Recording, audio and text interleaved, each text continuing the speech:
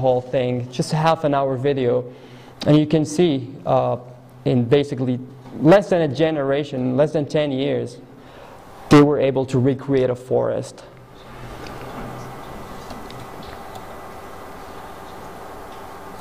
These are some of the positive changes that come out of permaculture design. It stops desertification, greens deserts, restores damaged landscapes, carbon sequestration, conscious water management, restoring balance in ecosystems, alleviate droughts and famines, offer an alternative lifestyle.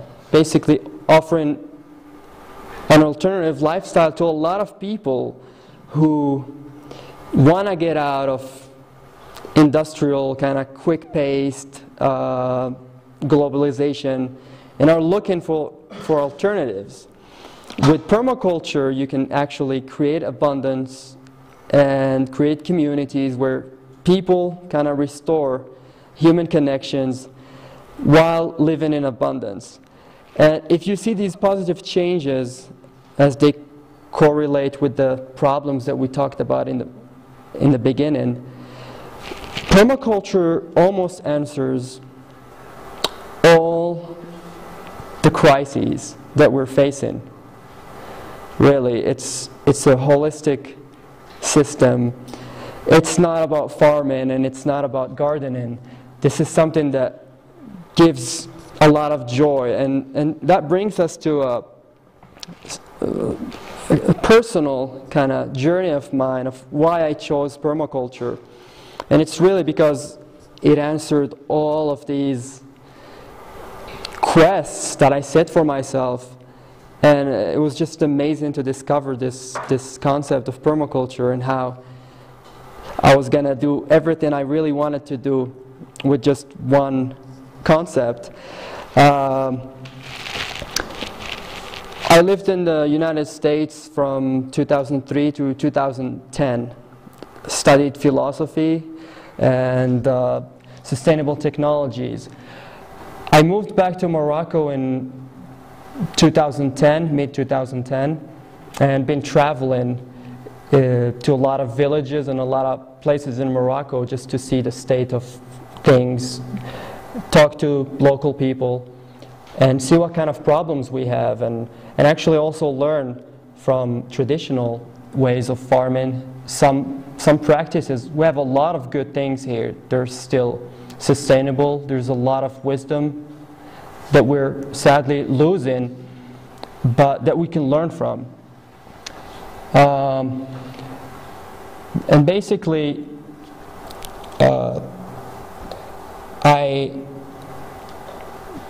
I saw a big potential for alleviating poverty in a lot of the places I visited.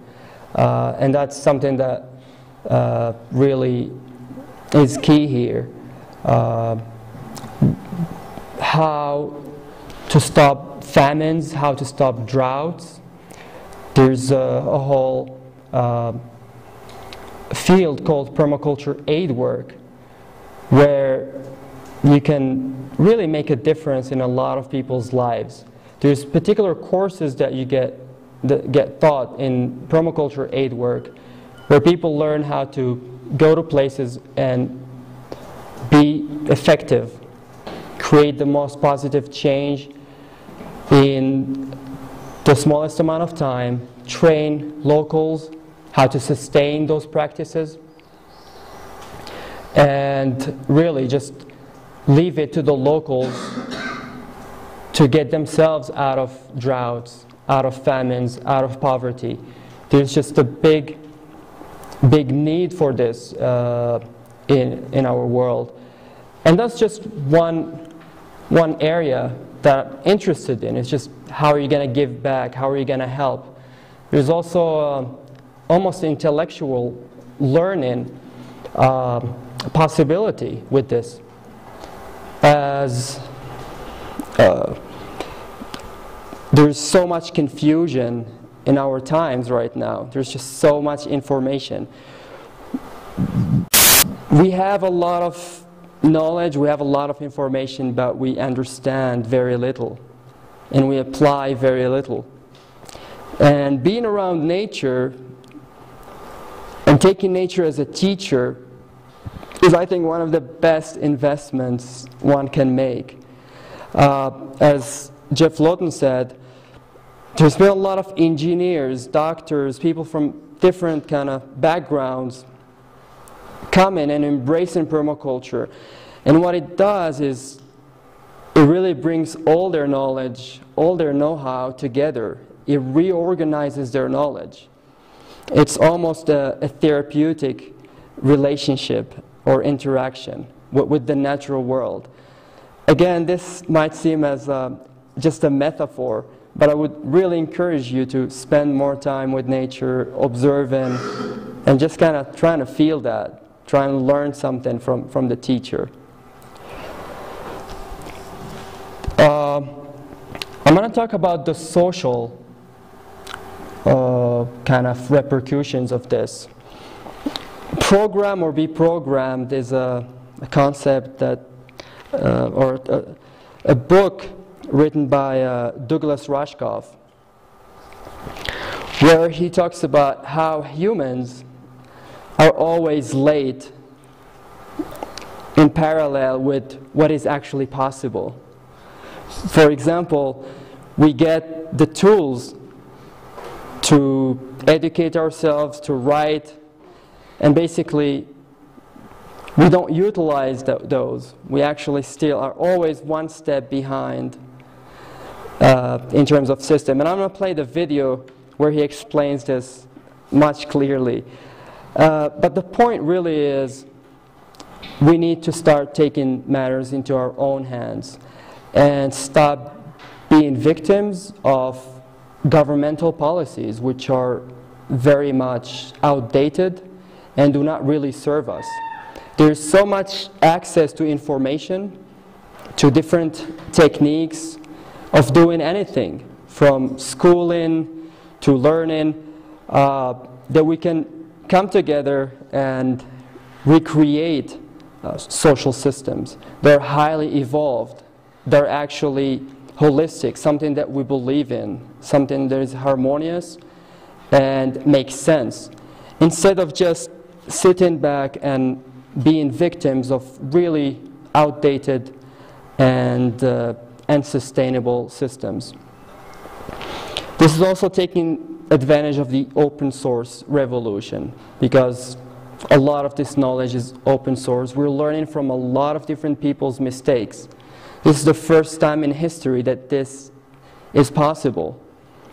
A lot of people doing what they've been doing in the last thousands of years. Now we all come together and learn from each other's mistakes. We learn also from each other's successes. So that being said, we should be evolving. We should have higher social enterprises. But the reality is we're still living in very much outdated systems, and that's holding us back. Let me play this video real quick. And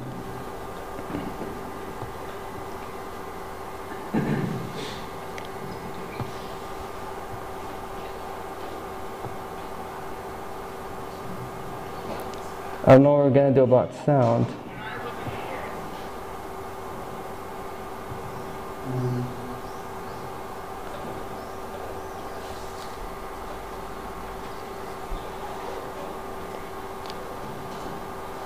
When I look at the economy or religion or government or corporation, Can hear I am that? filled with the overwhelming sense that we are attempting to operate our society on obsolete code, on software, and I don't just mean our computer software, I mean our social software, on software that are basically legacy systems, legacies we don't even remember, and that they're completely inappropriate to what it is we want to get done. And that if we can't understand these programs, the programs in our computers in this world that we're spending a lot of our time in, then we don't stand a chance of even recognizing those programs. These programs are built on top of the old software. This helps that old software work. This is built on top of the economy. It's built on top of central banking. It's built on top of our current government structures. And if we can't see through this, then we'll never see that. I wanted to figure out how much of this is the bias of the medium. In other words, that we're in a binary medium, a plus, minus, discrete, you always have to make a choice medium, versus an analog reality that has many colors and different things. How much is it the bias of the medium, and how much is it the biases of the people who programmed this media for us, that programmed our technology for us? And how do we even know which is which? How can we even tell them apart? And what I believe is that we won't know until we understand how our technologies work and how our technologies work on us. I do believe that if you are not a programmer, you are one of the